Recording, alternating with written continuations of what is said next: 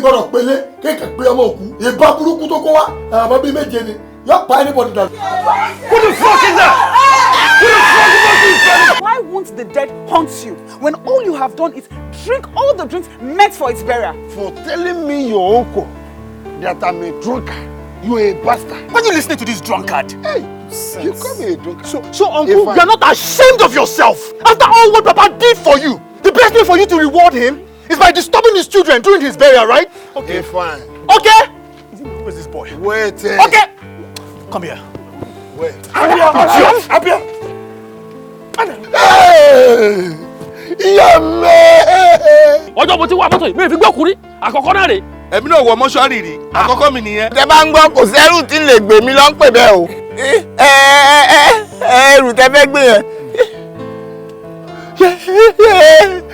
Dúdú tó wà lábẹ́ síìtì yẹn ni àbí pátákó white yẹn. Pátákó òkè òní kákẹ́ gbé sínú yàrá dàárọ̀ ọ̀la ni. Ayé mi bàjẹ́ yẹn ń ṣeré ni. Inú yàrá wo lè fẹ́ gbélé sí? Ẹ má sọ lémi di mọ́ṣọ́ ayé mi bàjẹ́ ni. Ṣé bá a ti tọrọ àyè lọ́dọ̀ yẹn nílé wa? Èmi ò sì fẹ́ wà lá. Kí ló ṣẹlẹ̀ sí ẹ? Ògùn sọ́jú sí òkú.